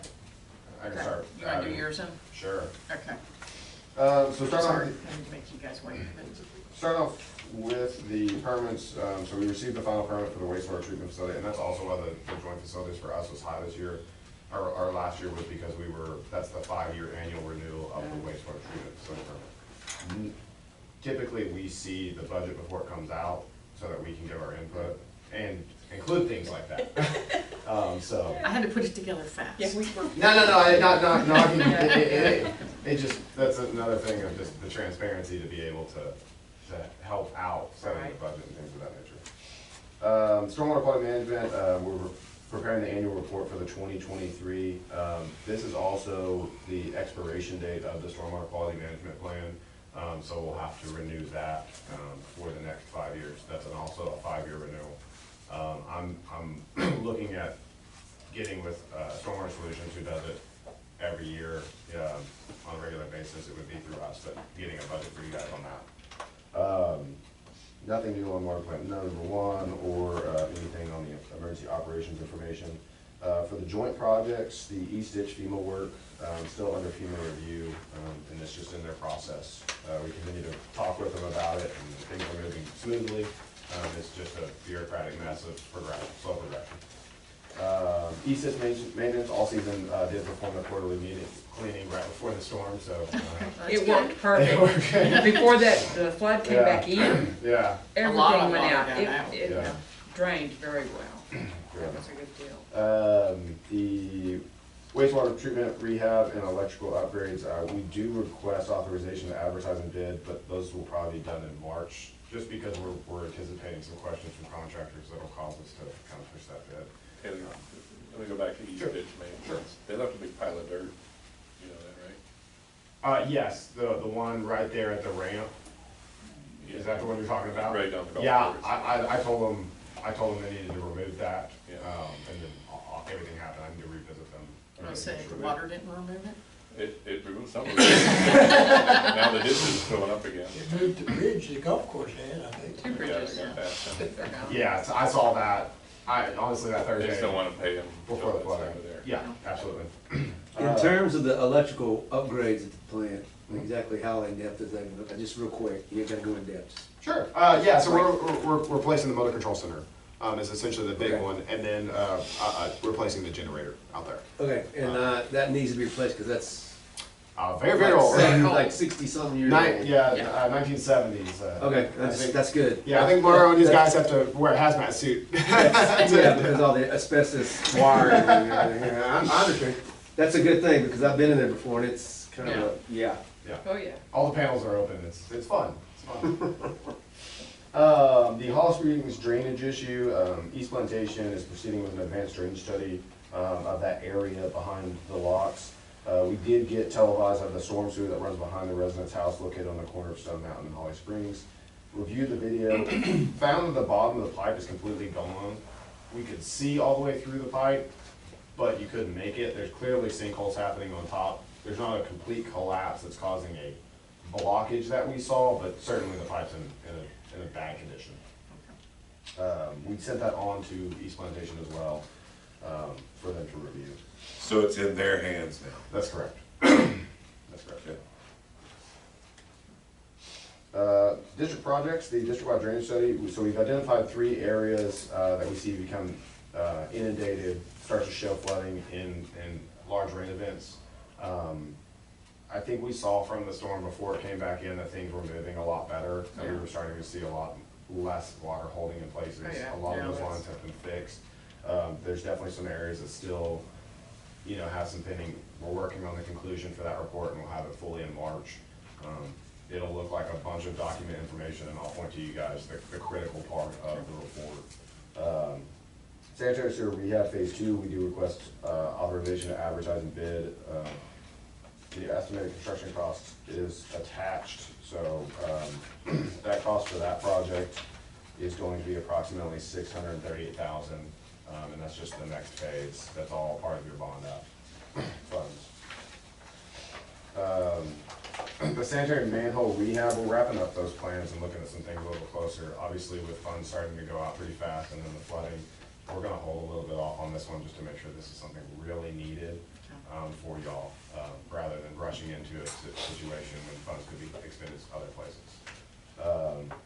The Charleston Park irrigation, so like we talked about, that check for $49,000 that we do recommend payment. We did inspect before the flood all of the areas to make sure everything was working. You guys have over 208 zones. Oh, is it? There's 11 controllers on site running off of the electrical meter. They were able to tie it into an existing electrical meter. So it's not gonna be solar? So it's not solar, that's Okay. correct. Whose meter's it on? It is tied on to one in the corner of the park. We're trying to track down who's the responsible party for it. So, I wonder, yeah, we need to figure out whose meter that is, make sure we're not getting into somebody else's stuff. sure. So a couple of things on that, when I talked to the contractor, the irrigation specialist, so the heads you guys had out there are specialty heads, mainly because they're golf course heads. They have a solenoid in them, and so when they hit power, the solenoid triggers and generates.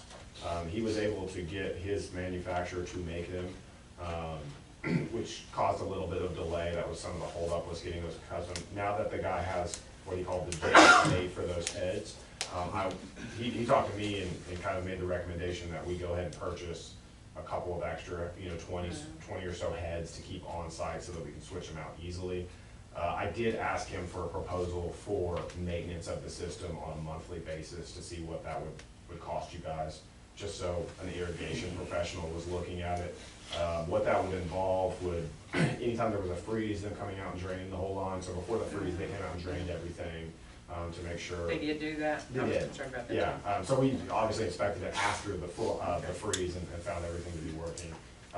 They come and program it for you guys. If there's a heavy rainstorm, they'll turn it off, knowing that, like the rainstorm we just had, there's no reason to turn it on for a couple of weeks. The ground's saturated, things like that. I would recommend, and I'm working on getting proposals for you guys to survey the location of all those heads, so that the guy would go out, the contractor would go out and flag every hole, or flag every head, and the surveyor would go pick them all up. While the surveyor was out there, you guys have spent so much money in tree removal, it may be worthwhile to survey every tree over 2 foot in diameter, so that you know where everything exists. I know the trees are very important. Obviously, there were a lot on property lines that we had a ton of discussions about on whether it was your job to remove them or not. This would give definitive and give you guys peace of mind. So one of the questions I have is, so they put all these heads out there. Are these gonna be easily accessible to thieves, that they can come out and get any heads, or are they? The thief would have. Everything? I don't know. I mean. Because before they were all taken. Well, I know, but we don't know who took them. Well, there was more than that heads Yeah. taken. And who took them? Yeah, they were scavenged pretty good. I'm talking with the contractor. This is the first time I had worked with him. He came highly recommended. I really do believe they went above and beyond what they. We saw them working out there, and I did see a lot of them working, but I need to make sure that Sure. you have No, eyes on them, absolutely. or the MOC, whoever's supposed to be doing it. I wanna make sure every one of them work before we give them the check, and we Sure. give them the check, and, because Absolutely, no. we don't know any, you may know them, but we don't. Yeah, no, 100%. Okay. I was thoroughly impressed. If somebody does a great job, I'm gonna give them credit where credit's due. Awesome, okay. So those are 2 proposals, or 3 proposals. I have one for the maintenance, one for tree survey, and one for the sprinkler survey for you guys. And that way, if you guys choose not to go with them, well, they have all the historical knowledge as to where everything is. So if Keith's guys are gonna help maintain it, or All Seasons has a crew to maintain it, or whoever, they have the information. And Well, I think that's why we went with them in the first place, because they went out there and did all those Correct, surveys yeah. before, and that was the first 5,000 that we paid. yeah, that's correct. Yeah, they did a full study on it. Okay. So, moving on, the storm sewer phase rehab. Obviously, with the weather, any new construction has been postponed for this new year.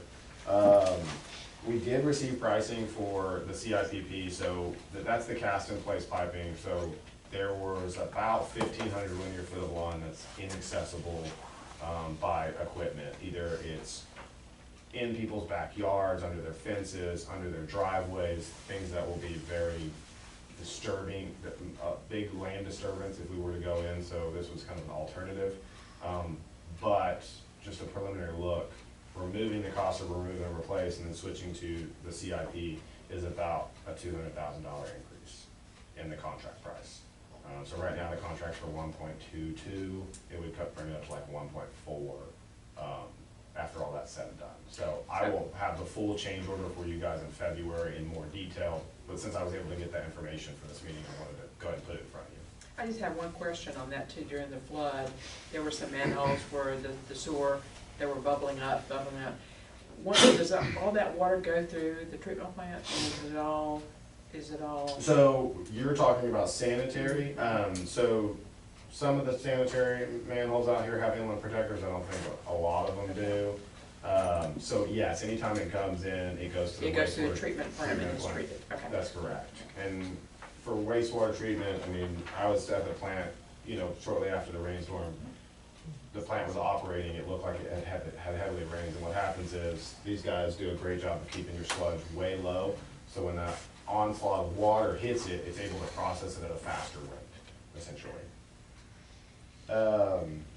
And then water plant number 2, electrical upgrades, we are just waiting on the motor control center to be delivered. They've got all the conduits in place once it's delivered, and those just across the board have been hard to come by. Anticipated delivery date on that? The last I heard was June. As of now. June? Yeah. Wow. So, which is why the contracts are so long. I mean, Right. with these jobs, you get a 400-day contract time, and there's only really 30 days of work. It's just waiting on approving submittals and getting the electrical in. Yeah, I think right now for a new generator, it's a 420-day wait time. I mean, yeah. The electrical is, I mean, I don't know. How big of it, how big is the generator? The generator out there with the 300 kilowatt. Okay. Yeah.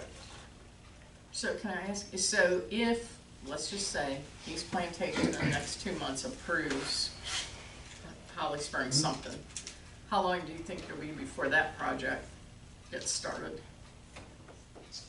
I mean, and we don't know that they are. I'm just.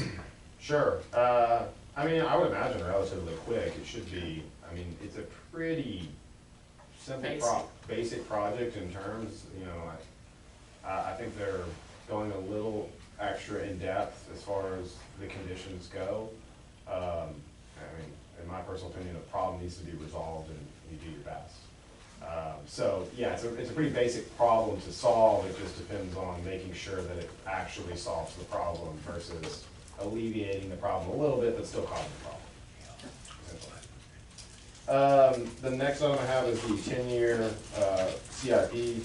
I did attach a new one for you guys if you have a chance to take a look. We can touch base on it in February. You know, we've been at this meeting a long time, so it's nothing you gotta approve or anything, but just take a chance to look at it. Anything highlighted in green is currently underway,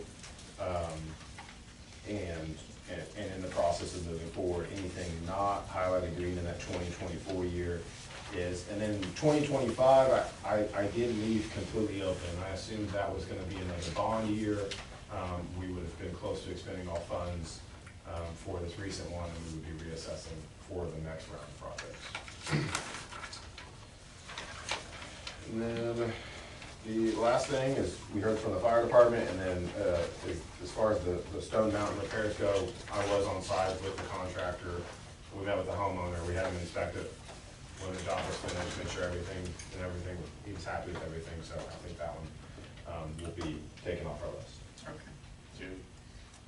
The only other thing is I would like to say I was thoroughly impressed with the community's response. I mean, it's not every day you see people struck with that sort of tragedy, and seeing everybody just warning people was really cool to be out here. But I did notice something that was a little bit obvious to me, is that I think it would be highly beneficial to install depth signs at the crossings. I know I think me and Julie went across a last stretch that was. Yeah, we were like the last two. That was on the road, not on the yeah. ditch, this is better than on the road. Yeah. Luckily there were we were people, like the last two people out. Yeah, luckily there were 2 people across the way making sure we stayed on the road, because. Yeah, then we talked to a lady that had a house right there on the corner of Roanoke and River Plantation, and she got in, but she couldn't get out. Yeah. Right. And so I think it would be recommended, obviously, that Brandon crossing in the back of Brandon. Right down here across the bridge. By the wastewater treatment facility, so his guys know when his truck can fit or not fit. Oh, yeah. And then the 2 crossings, one on River Plantation as you leave, the Mosswood one, and then the main entrance one. I agree, I think that's a good idea. I mean, most cars, I will say, as long as the water's not moving swiftly, can make it through a foot of water, no problem. 2 foot, I would recommend making sure you have a truck or your intake's on the top. But after, or somebody's there to pull you out. Or somebody's there to pull you out, but after that, then it becomes really, really questionable. And it would be beneficial for, I guarantee you, the fire department, because their trucks can go through a lot, but at the same time. Who would we assign that to? I don't mean to put Keith on the spot. I'm sure he has a sign contractor, you know. If not, he can find one. If not, he's a very resourceful person. We can get it done. Add it to your list. Find one. Okay. So, But if we needed to take it on, we could certainly find somebody. They to say And I floating do- water can float, moving water will float a car, That's correct. 1 foot. Yeah. That's Julie. yeah, I almost figured that out. Almost.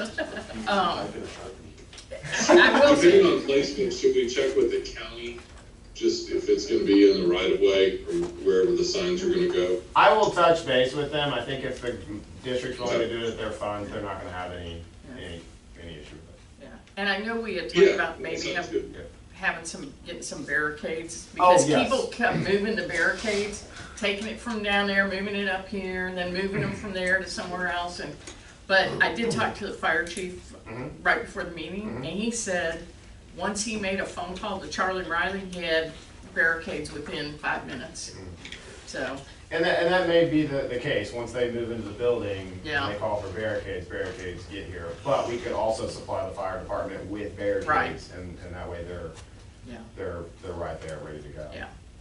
So, Yeah. just something that I think you guys consider. I mean, it was, it was interesting to witness it firsthand and see that, and just kind of some obvious things that I saw that would be beneficial to everybody. I believe that's it. Good? Yes. To approve the engineer's report, do I have a motion to approve? I make a motion, we approve the engineer's report. I second. All in favor? Aye. Okay.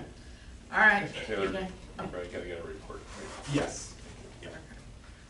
All right, you guys, whoever's doing it. Good evening. It's me tonight.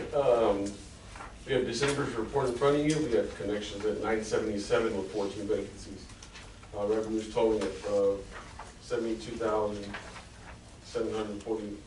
$72,747.87. Down below we have our billing cycle. We have total pumpage at $6,933,000. We're 94% accounted for this month. We had 3 leaks repaired in the district, 6 bacteriological samples taken, all came back good. Down below we have our wastewater treatment plant results for the month. Everything is working within parameters, no excursions or breaches. Operating at 54% of our permitting capacity for the month. Down below are your aged receivables, consumption, and your water accountability charts. And attached to your report is your DMR that we submitted to TCEQ with no excursions. That's all I have. That's all you got? So that's still showing a user at 20,000 gallons? Another 50. Somebody may have, I wonder if it's because of a freeze break. So, I do know the homeowner that you called back, he mentioned you specific, he mentioned you for shutting it off fast, but he mentioned you for calling him back with, let him know where his billing stood because of the break in it, so. Well, I appreciate Mario and Taylor being out here in person and taking care of some of this stuff and listening to some of the residents' complaints firsthand, so you know what everyone else has to listen to, but I appreciate you being here. That's what we're here for. Taking care of it. And I need a report, Yes, sir. hopefully with pictures. Yes, sir. And so we're gonna do it quarterly now. Oh, you're gonna do it quarterly? Mail it, Yeah. mail out. I say we don't have that much, yeah. Okay. All right, motion to accept the operator's report. I make a motion to accept the operator's report. Okay, second? Second. Okay, all in favor? Aye. Okay. All right, we do have a couple of things to talk about in executive session, so we will adjourn for executive session. Okay, and can we'll- I have a question, because somebody's asked me for you to comment on your conversation with SJRA, and if there's anything we can do to. The answer to that is, I contacted them, they told me that their website was the best way for me to get information, I told them who I was, and then I saw that their website had not updated for like 18 hours. And it was like, and so when I called, I said, are you just reading to me what you're seeing on your website? And she was like, yes, because it's up to date. I said, it hadn't been updated for 18 hours. I said, how can it be up to date? And she was like, well, that's where we get our information. So that, You're talking about the flood? Yeah, I'm Yeah. talking about the flood, which is, you know, people Yeah. are asking, is there anything they can do, you know, do they protest there at the I at the mean, dam site, you know? what the so, heck? the answer to that is, you're not, I mean, I think, did you go to the thing at the, convention center last year or 2 years ago? There was a bus There's, load. yeah, there was a bus load and then there was a bunch of people from the lake. But anyway, right now, they do have a new, practically new board. I think everybody on it's new, isn't it? Almost. So, but there, because of, it's not just because keeping the homeowners at the lake happy. There's a lot having to do with, and I'm not an engineer, so I'm not gonna try to explain this, but if they don't release it, or if they release it too fast, they can compromise that dam, is what I've been told. And if the dam goes, there'll be a lot more homes flooded than just us. So, I do believe there's a certain amount of pressure they have to keep on the face of that dam to keep it strong. correct. So that's why they make, we all think the water's too high, but it has to stay like that because if Correct. not, And it the can be. perfect is 201. Exactly. Is what they figured out is the perfect amount of water in there. My observation with this compared to Harvey, I know the property line for Lake Conroe is 207 feet. What you say 201, that's the property line. So it went up to 204, that's when they decided to release it. But during Harvey, it approached 207, Before they and they said they could go to 211 if they had 209 and 211. There are certain critical points where you go over the spillway at 211. So the 204, they didn't have to release it there, in my opinion, because they're the big boy on the park. If you want to look at it Right. from the standpoint of Spring Creek, Lake Creek, Cypress Creek, East Fork, Peach Creek, all these other places that don't have that But Lake facility. Conroe is also not a drainage lake. It's a water supply lake. Yeah, that's right, they sell water. That's right, that's right. But Jay's But you'll Houston got, notice, Taylor and I were talking about it this afternoon. Kingwood did not flood this time. well, they had flood there, I read they had some there in Kingwood. I didn't see any houses flooding. No, maybe not houses, but I heard there was some flooding there. Well, okay, but anyway, but Lake Conroe dredged that part of the river last year or the year before. 2 years ago. 2 years ago. So maybe what you need to put pressure on them to dredge upstream from us. Well, that's why I heard that Charlie Riley last time, they took a flight over, they should take a boat ride down the San Jacinto River like your husband used to do when he was a kid. And they were gonna clean all that up because all the people that dredged sand out of there were causing part of the drainage problem. Correct. But here again, if you look at weather.com, you could see the area that was predicted to have flooding, and we were right in the bullseye of that flood zone. But nothing above the dam, as far as inlet, there was nothing identified up there, even though they had a lot of rain. But I think they could have held off a day or two. And then if you go to their website and you want to, they had a board meeting on Thursday night. Right. And Thursday you go there, before. well, for some reason, because of the HVAC, they couldn't record or make a recording of the meeting. And so I thought that was quite coincidental. I don't know why the HVAC. I don't know, somebody is tied into sent it. me a text, said all they're talking about are their pensions. So that, I don't, But I understand the decision to release the water was a board decision, not the engineer. They hired a civil engineer specifically for that purpose.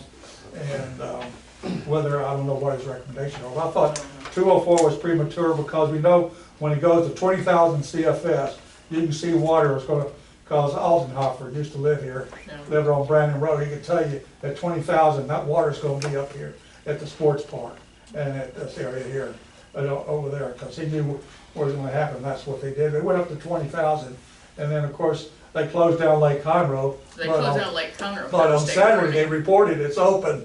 I mean. Well, the reason they closed it was because all the boats Oh, were yeah, floating right, out and yeah, it yeah. became a hazard at They that had point, issues. so. I understand that, but the point being, the announcement, how the lake is open for use. Yeah, so. That was a real breather. Oh, yes, I'm sorry.